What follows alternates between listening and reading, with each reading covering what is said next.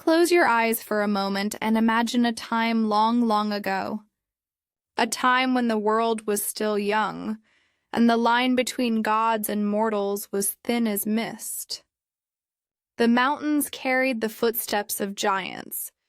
The seas whispered secrets to anyone who listened, and in every breeze, there was the hint of a divine presence. Among all the gods of Olympus, one was especially admired and feared, Athena, the goddess of wisdom, strategy, and protection. She was a goddess of reason, yet she was also stern, as unshakable as the stone temples built in her honor.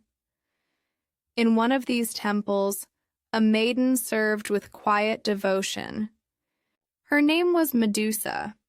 She was unlike the women of other stories, who lived for crowns or battles. Medusa lived for silence, for duty, for the soft glow of oil lamps in Athena's temple. She swept the marble floors, tended the fires, and offered prayers that rose into the air like smoke curling toward the heavens. But outside those sacred walls, whispers began to spread. Whispers of Medusa's beauty. Her hair, they said, fell like a river of midnight silk. Her eyes sparkled like moonlight over calm waters. Mortals were drawn to her, and so were dangerous rumors. And in a world where the gods watched closely, too much beauty could draw not only admiration, but trouble. One evening, the temple was still and heavy with silence. Medusa knelt in prayer, her voice quiet but steady. Athena watched. The goddess's thoughts are a mystery to us even now. Some stories claim she grew jealous of the mortal girl's beauty, for gods did not easily share admiration.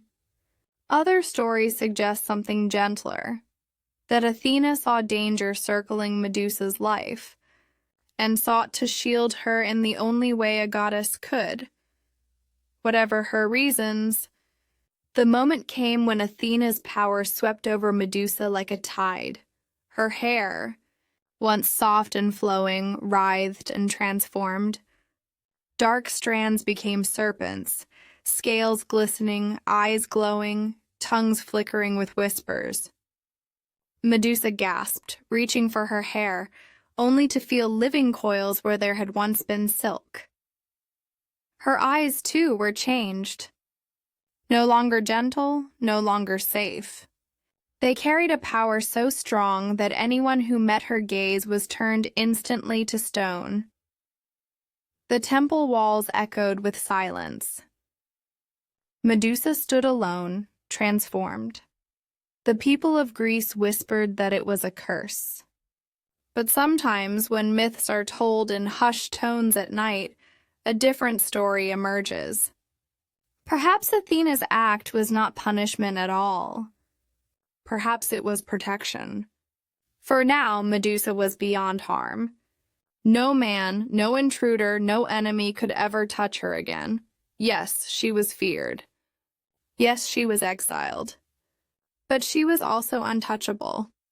And in that strange gift there was a kind of power. Medusa left the city and the temple, wandering into the wild edges of the world.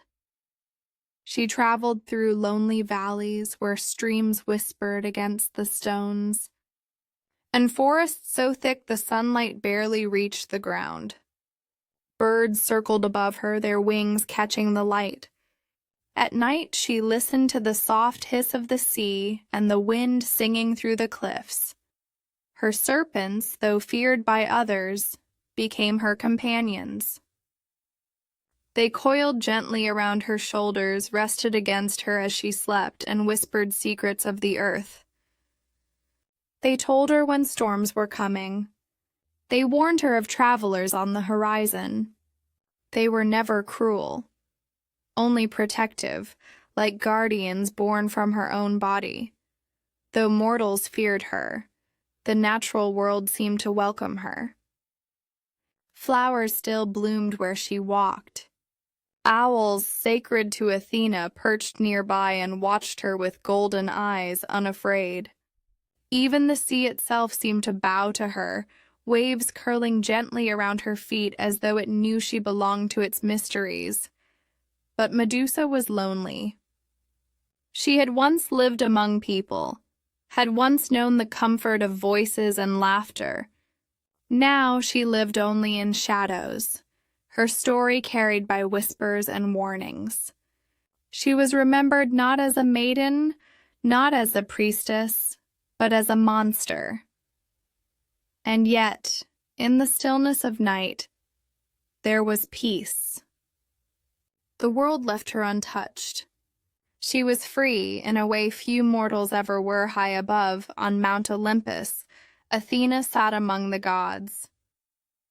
She looked down upon the world, upon the cities that honored her, and upon the woman she had transformed. Did she feel regret? Or did she feel pride? The myths do not agree.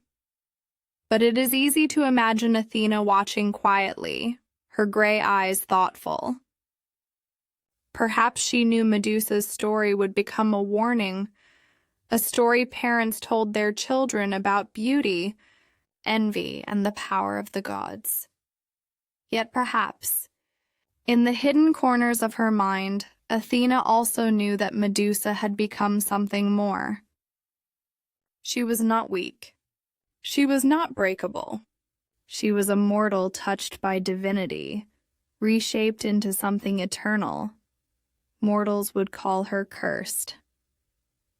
But Athena, wise as stone itself, might have called her transformed, and so the goddess allowed her to remain far away from the cities, guarding the edges of the known world. As time passed, Medusa's story grew. Travelers whispered of her in hushed voices. Some feared her, some pitied her. But those who dreamed deeply, near the cliffs where she lived, spoke of something else. They said that in the quiet hours of the night, when the stars shimmered across the dark sky, they heard a sound. Not the hiss of serpents, not the shriek of monsters, but a lullaby. A soft song, woven from the voices of the snakes, carried by the wind like the sigh of the sea. It was a song of resilience, of sorrow, of beauty hidden beneath shadow. A song that made listeners feel small yet safe, as though wrapped in the embrace of the night itself. And so Medusa's story endures. Not as a tale of terror, not as a curse, but as a reminder. That strength can be found in the darkest places. That what is feared is not always evil. That even in silence there is power.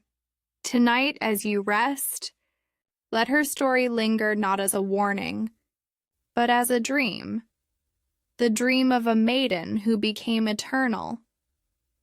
The dream of a goddess who may have protected more than she punished. The dream of Medusa, her legend not carved in stone, but drifting softly through the night, and as the stars shimmer above, her myth remains gentle and endless like sleep itself.